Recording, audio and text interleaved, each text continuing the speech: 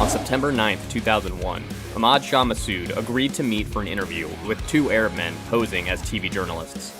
The Sunday meeting was held in Khaja Bahadin, at one of Massoud's forts in northeastern Afghanistan's Panjshir Valley. Massoud, the 48-year-old Afghan Mujahideen commander, was the leader of the Northern Alliance.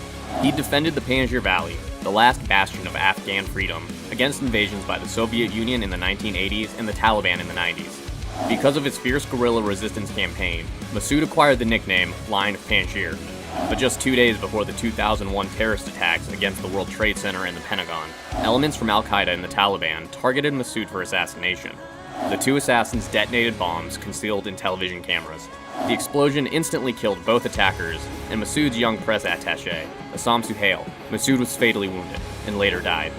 The brazen, targeted attack was an attempt to cripple the fighting spirit of the Northern Alliance, the resistance force Massoud had commanded.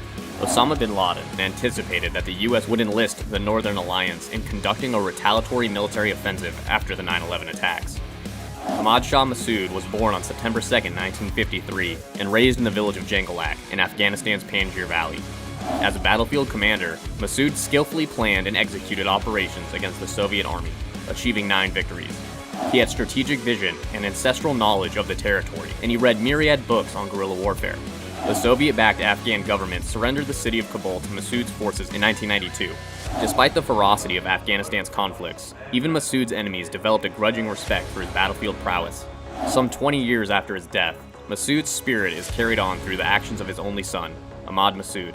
Like his father once did, the younger Massoud now leads a resistance movement against the Taliban from the Panjshir Valley.